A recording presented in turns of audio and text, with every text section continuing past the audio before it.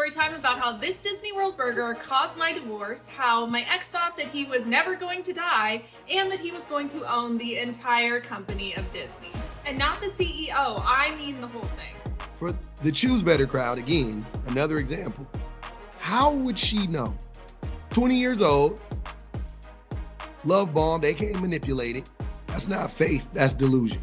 You never know. You never know what's going to be the straw that breaks the camel's back. You never know what's going to be the catalyst.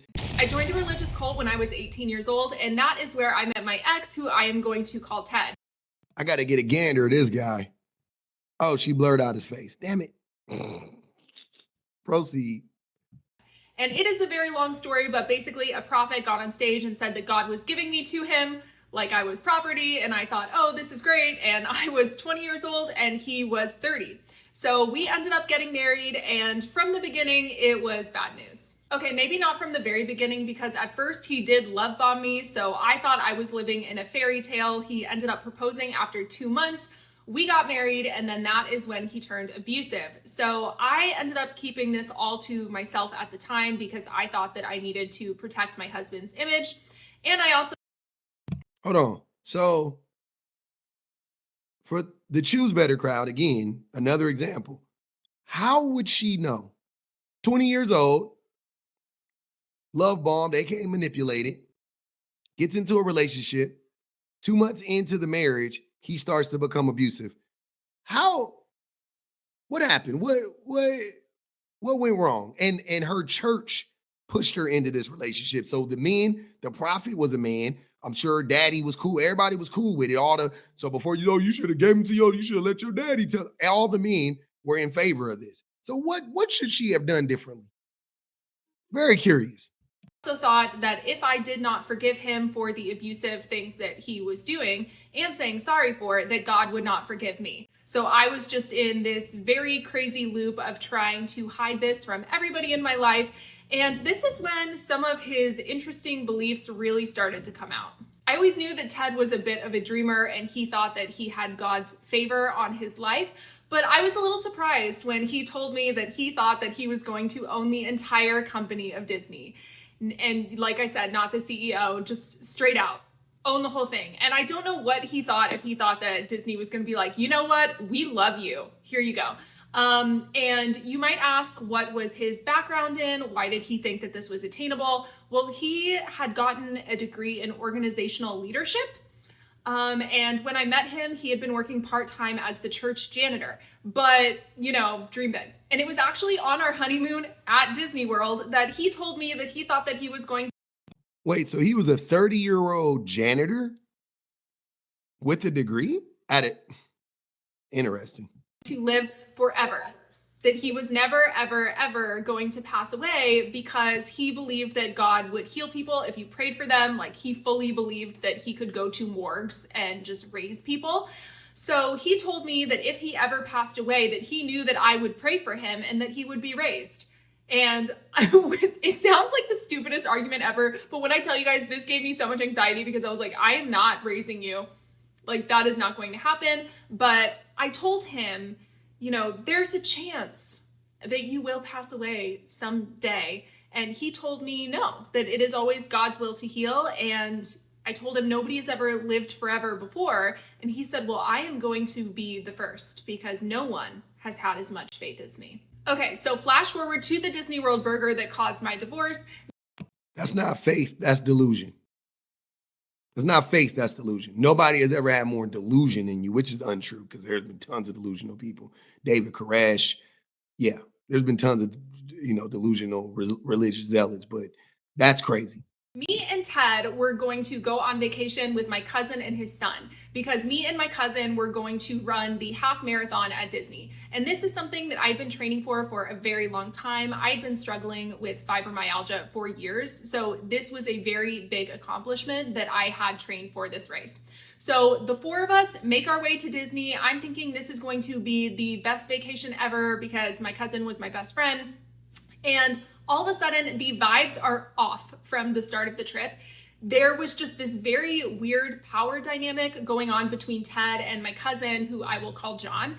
And it just felt like every time John suggested something like, hey, we should go get this snack, Ted did not want to do it. And he was like, no, I don't want to do that. And it was just very combative, and we did not feel like we were at the happiest place on earth. I'm going to try to tell this as quickly as possible, but the night before the race, Ted decided to pick a fight with me because basically he had gotten passes for him to go ride the new Star Wars ride, and he was supposed to reserve it for all of us. But he told us that he couldn't get it, that he could only get it for himself, which is suspicious. And we were bummed, but we were like, sure, yeah, go ahead. We want you to have fun. So we literally waited in the car while he went and rode this by himself.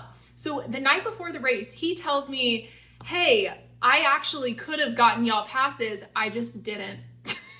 And when I got upset, like, wait, what do you mean? We could have ridden that with you and we were chilling in the car.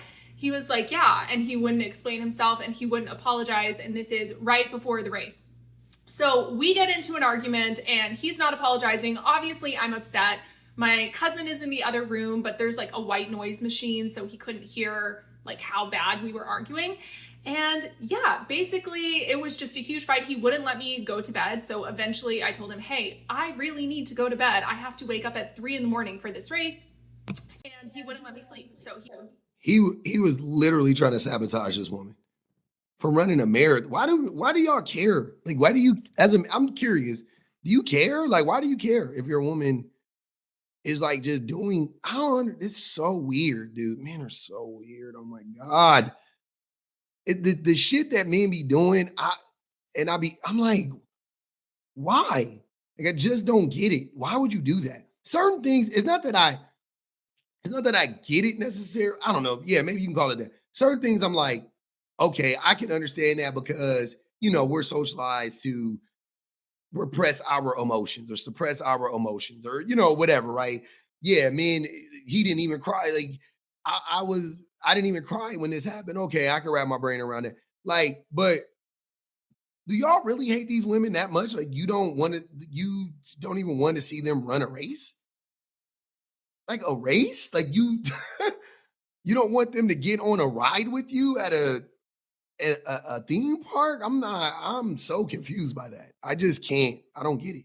he kept ripping the blankets off of me, and I ended up only getting around 2-ish hours of sleep before this race that I'd been training for. Despite only getting a couple hours of sleep, I did end up running the race, and he ended up being very supportive throughout the race. But after it was over, it kind of shifted and he was mad again. And I could tell that he was upset that he had not run it, despite the fact that he didn't want to run it.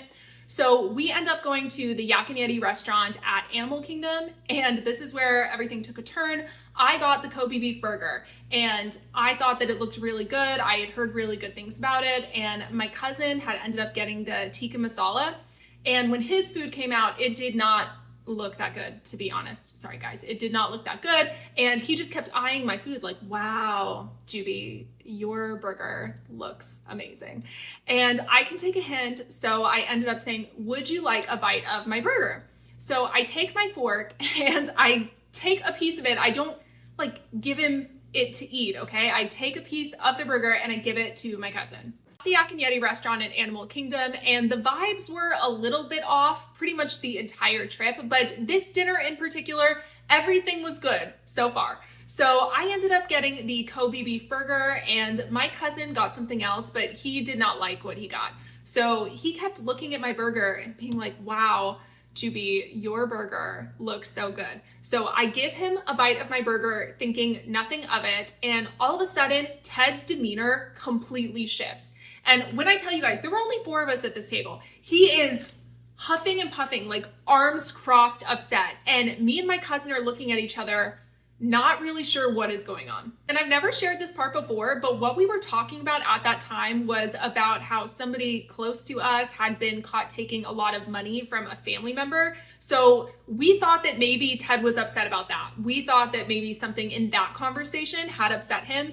And if you've heard the story about how my maid of honor stole from me on my wedding day, this all goes back to that. So there is just a lot of lore there. But anyway, Ted is really upset and he doesn't say a word for the rest of the dinner. We kept trying to engage him in conversation, but he would not have it. So the waitress ended up coming up. She gives us our bill, and all of a sudden he is just super sweet and flowery to this waitress. Thank you so much. The food was so good. The service is just incredible. And I'm looking at him like, what the heck, man? You're so mean to us, and you are being so nice and fake to this waitress. So my cousin ended up going to the bathroom with his son, so it was just me and Ted there.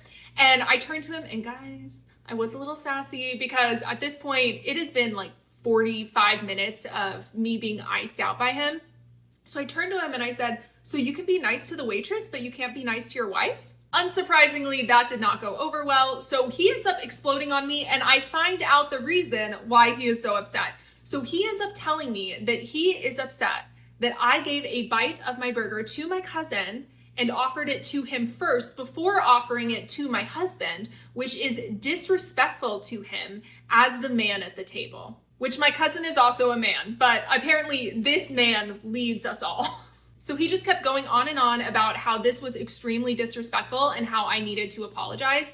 And I had seen him get upset about some pretty silly things, but nothing really to this degree. And we ended up paying, we made our way down, and he's just screaming at me in this large crowd. So we are outside of the Yak and Yeti restaurant, and there's people everywhere. I was so embarrassed, and this was not the first time that he had acted like this in public, but it was the first time that he did this in front of family or people that knew him. So my cousin ended up coming out, and he was kind of like, oh, I don't know what to do. And he ended up leaving. So anyway, I am standing there getting berated by Ted at that point, and he told me that he was going to strand me in Florida, that he was going to take all of my credit cards, my ID, and throw it in the parking lot. That way I would have no way to get home. And he is just cursing at me and calling me all sorts of horrible names. And it is completely a scene, and it was very embarrassing. So we ended up going our separate ways, but we came back together after maybe 30 or 45 minutes. And the entire rest of the day was just extremely uncomfortable. Nothing was really resolved, but we were supposed to go back to Atlanta that night. So I just kept thinking, I just need to get back to Atlanta. I just need to act like everything is fine in front of my cousin and just hope that he doesn't tell my family about this incident, and that we would address it when we got back to Atlanta. So on the flight home, I was spinning and thinking about how it was not okay that he had yelled at me and cursed at me in front of my young nephew. And these are things that I had already been worried about at that point. I wasn't sure that I was ever going to feel comfortable having kids with him, but I just hoped that he would be able to get it together and not be abusive in front of our future children. But obviously this made me realize that that's probably not true, and that this was going to be my life. So we got back to Atlanta, we went to bed, and the next morning I knew that I needed to confront this. So he was still wanting me to apologize about the burger. He still really thought that I was in the wrong. And I was laying on our bed and I said, would you ever yell at me in front of our future kids?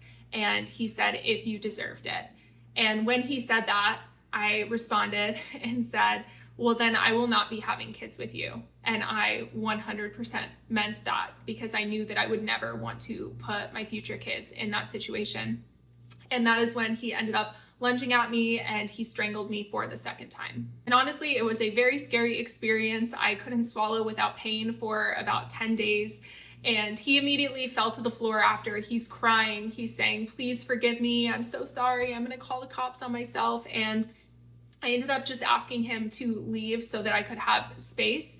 And I ended up calling the domestic violence hotline, and they absolutely saved my life. They walked me through a list of questions to help me try to gauge if I was in an abusive relationship. And I answered, I think, 13 of the 15 questions. He had done those things. And that is the first time that I really understood that I was in an abusive marriage. And that may sound really dumb, but when you were brought up to believe that you should just like respect your husband and just give grace and forgiveness, I really didn't know what I was going through, because I was not sharing with people in my life. And I was convinced that this was my fault, that something about me was just setting him off, and that this was my fault. So after she walked me through those questions, I ended up calling my mom. I called my best friend, and I ended up getting a flight home. And this all happened in January 2020. So thankfully, I was able to go back to Atlanta and I filed for divorce 2 days before the shutdown, which is absolutely crazy. I was able to get divorced over Zoom, which was just the biggest blessing ever. And when I look back on the Disney World burger, I am just so glad that I ordered it and that my cousin wanted my food, because this burger truly gave me my freedom. You never know. You never know. You never know what's going to be the straw that breaks the camel's back. You never know what's going to be the catalyst. There's a flood behind, or there's a dam a lot of times when it comes to these situations, and there's cracks in the dam, right? But you don't know what's going to be the thing to make the dam actually give in, or give out, I should say. And in this case, it was the burger incident. It was a lot of little incidents that could, what I mean? Like him yelling at her the night before, him telling her that he could have got tickets to the ride and he didn't intentionally. Like, all those things seem like just as egregious as the burger incident, but that's the one. Like, because it was like boom, boom, bing, bop, boom, bop, bam, right? And she heeded the signs at that point, and she got out of the situation. So shout out to her. But I don't understand that, like, there are certain things about men that I don't really understand all the way. And one of them is like this version of abusive men. Like, I can understand certain versions of abusive men. Like, I could, where does it stem from? And when I say I can understand it from that perspective. Like, how did he become this person? I could get that, right? But these types of men, I don't get it. I don't understand it, you know? So it's hard for me to articulate my feelings about this sometimes, because I'm confused. I'm just as confused, I think, as a lot of the women are. I think this is a good time for me to like read some literature. I've been thinking about reading like Landy Bancroft. Why does he do that, or whatever? And I know that's like one of those books that everybody says you need to read when you're in this space, and I just haven't read it yet. But I think my next step is to read that. But yeah, very, very interesting story. I'm glad she's safe. I'm always so happy in the end when it's like, this is 5 years later. She's obviously safe now. And it's a breath of fresh air to see and hear that the people are safe. So shout out to her for that.